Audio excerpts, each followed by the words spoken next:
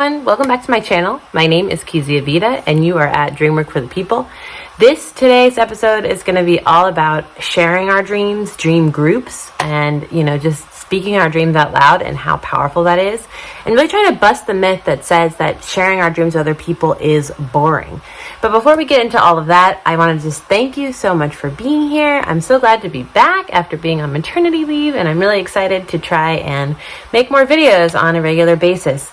So if you want to be part of that, please hit the subscribe button, comment below. I like to talk about people's dreams on my channel as well as on my Instagram at Kezia Vida. You can follow along there to see all the latest things that I have to offer. Something that's going to be really exciting coming up in the next couple of weeks is the Dreaming Eye workshop. So the Dreaming Eye is my dream journal that I created 3 years ago, actually, that has a lot of different exercises and ways for you to get in touch with your dreams on a deeper level. And I'm going to be doing a workshop about that journal in a couple of weeks. So you can see the link below to check that out. So dream sharing, I think a lot of people have heard or maybe have the idea that to tell your dream to somebody else isn't something you should do because it's boring.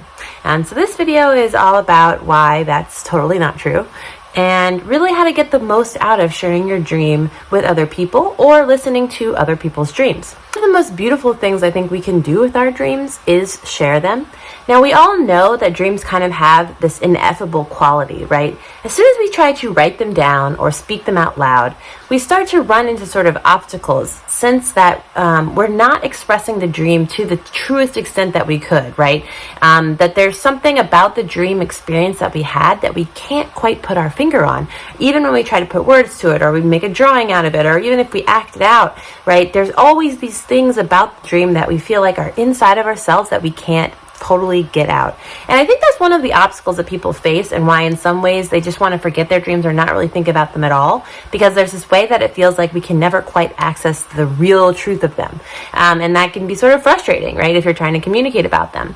But the first thing I want to say is, if you are interested in sharing your dreams, or you have the desire to say them, to really kind of embrace that difficulty. You're right, there is something ineffable about your dream. There is a quality of your dream experience that someone else may never understand, or you may never find the words or the things that you want to use to really express what the dream contained. And that's okay. Like, in some ways, the journey, right, the struggle or the sense of grasping that you get in trying to explain the dream can really just open up so much creativity and imagination, because you're trying to fill in those blanks, and you're trying to think of, well, how can I explain it? Well, how can I put words to it? How can I put an image to it? How could I even describe what it was like inside of my body? These all can create obstacles that actually are fruitful in this creative process that I think is exploring your dreams, period. So again, instead of looking at that as an obstacle, really embracing that quality of them and understanding that that's kind of their power, is that they sort of require this extra capacity for us to even try to talk about them.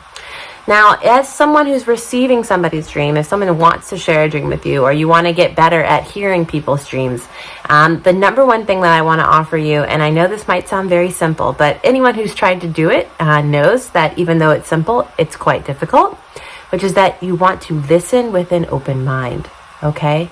So again, dreams have this quality of being a little bit confusing to our mind, right? They don't go in a linear fashion. They often have many layers that are difficult to understand in a straightforward way. So that immediately engages our mind, and we want to try to figure the dream out. We want to make sense of the dream. And we do this with our own dreams, and then we do this with dreams that we're listening to from other people.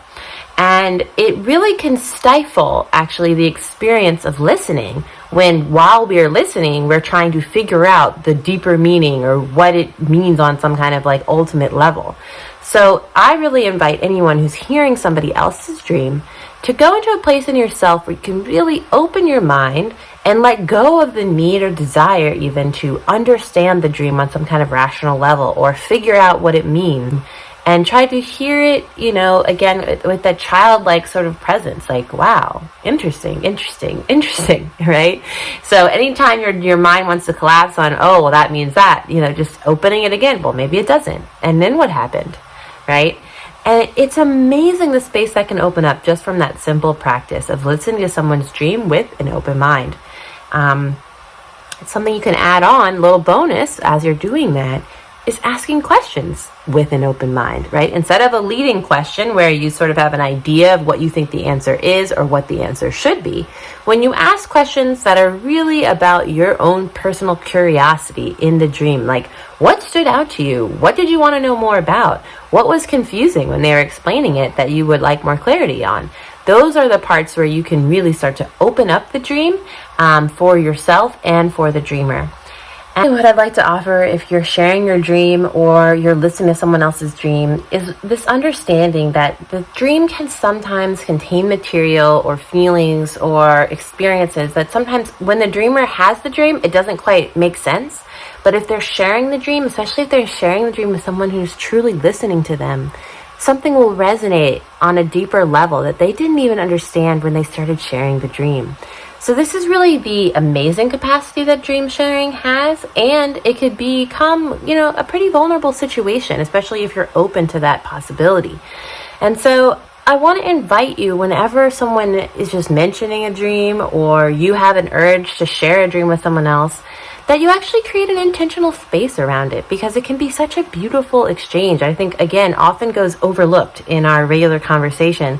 And it's actually an opportunity to get a window into somebody's soul, really, right? That deeper place inside of them that they don't always reveal, or they don't even always let themselves experience or think about, on the day-to-day basis. So I know it's a light thing. Sometimes people say, I had the weirdest dream. Oh, so crazy, and they're not even really thinking about it.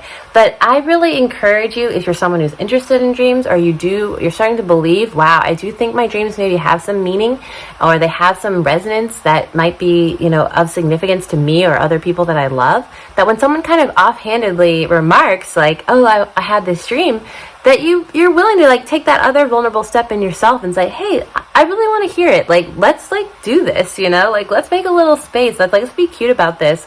And I just want to hear, step by step, exactly what happened in your dream. And of course, it always adds such a depth when you also are curious and you invite the dreamer to explain how the dream made them feel, right? And, if you've been watching my videos or you know anything about my work, you'll know that the second question I always encourage you to ask after they explain how they felt in the dream is if that feeling is familiar. But there's going to be a whole nother dream video about that, how we go into deeper exploration. Right now, I just wanted to really focus on dream sharing because I think it can be such a beautiful practice and it can be so simple. But again, just because it's simple doesn't mean it's easy. And again, it really hones in on the listening skills that I think can really serve you in basically anytime anyone's telling you any story whatsoever. But with dreams, it's really heightened, right? Is that experience of listening with an open mind, not to figure something out or make meaning out of what is being shared. So if you like this video, please subscribe. Show me a comment below. I'd love to hear your dream, right? I'd love to hear that you're dream sharing. And of course, if you've ever heard someone else's dream and it really affected you, please tell me about it. I'm so curious about that. And I want to talk about that more in a future video as well, about dream groups and how powerful those can be. Okay, thanks so much for being here, and